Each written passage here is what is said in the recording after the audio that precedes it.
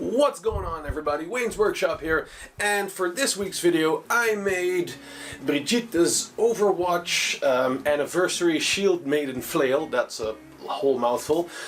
It is the new skin of her, the Shieldmaiden skin, where she has like a bear head on her shoulder, and this is her flail. And since it's their anniversary, I thought I'd make the flail myself.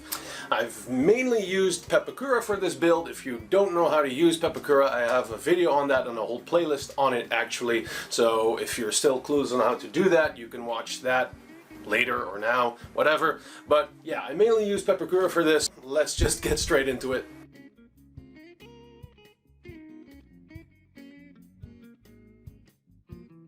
For the whole handle, I'm using a PVC pipe of 32mm diameter, and I cut out a stroke of 10mm foam to act as a filler for when the whole weapon slides over. I apply contact glue on both surfaces, wait for it to be almost dry, and attach the pieces together and press firm. Then I print and cut out all the needed templates. You can download the pepakura file down below in the description.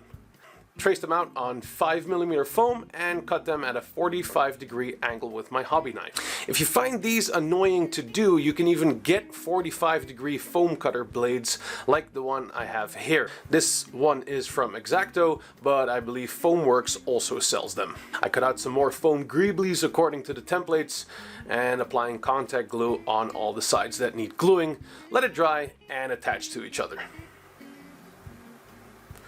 Don't throw away that blade end template just yet, because we can cut out the inner areas, then trace it out on 3mm foam, glue them on the main blade end, and you get these nice embossed areas. Use a Dremel to round out all the edges, and grab some super glue to attach the little detail pieces.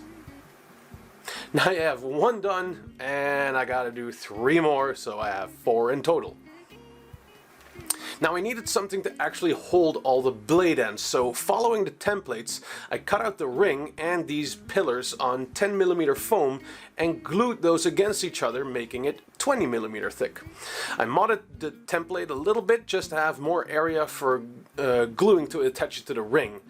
Clean it up with a Dremel and repeat also 3 more times, so you have 4 pillars total of 20mm. Then glue the pillars on the ring like here. And now it was a simple step of following the design and gluing all the blade ends in between the pillars. For the top, I found a simple circle, left too much open space, so I drew it a bit out so it would fit nice and snug between the pillars. Round out the edges with a Dremel, and I grabbed the PVC pipe again, pressed it in the middle, so I could cut out a hole so the pipe can slide through. Then glue it in.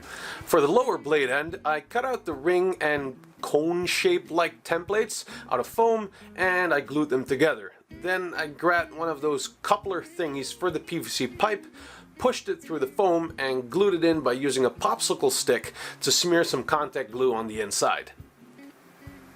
I grabbed the PVC pipe with the foam spacer again and pushed it through the main body, and I estimated roughly where our PVC coupler would come, traced it off with a marker, and sawed the rest off. Now that it fits, I want to glue it all together, so I marked off the edges, applied more glue, and pressed firmly.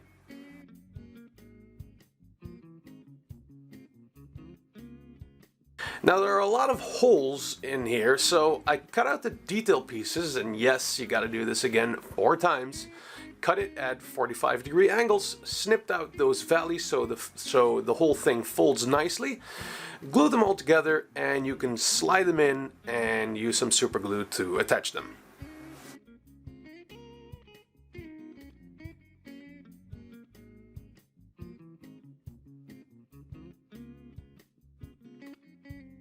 For the pommel of the weapon, I applied the same principles as the blade end. 5mm foam layered with 3mm foam.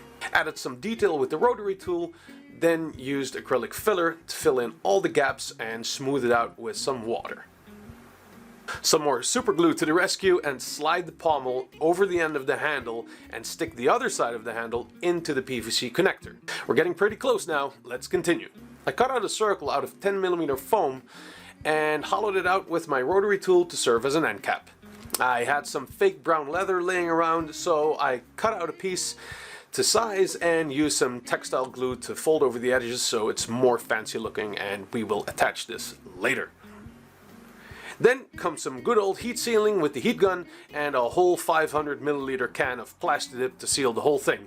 Not all in one go, of course. I did about 4 or 5 even layers. Once all that dried, I used Tamiya's Gunmetal Gray as the main color and carefully went over the blade ends not to hit gunmetal into the lower areas that were now black. Do this until you have your desired color.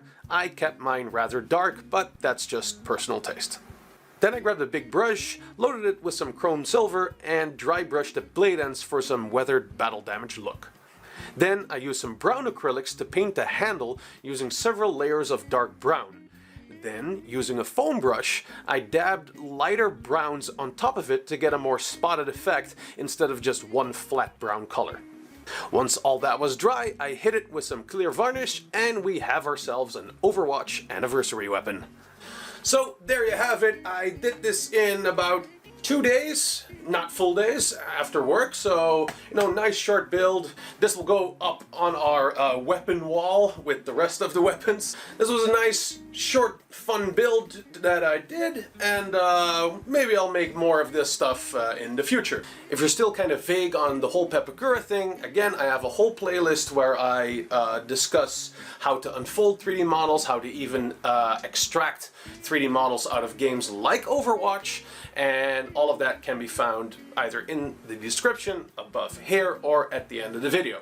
Don't forget to like and subscribe to the channel, and I'll see you in the next video.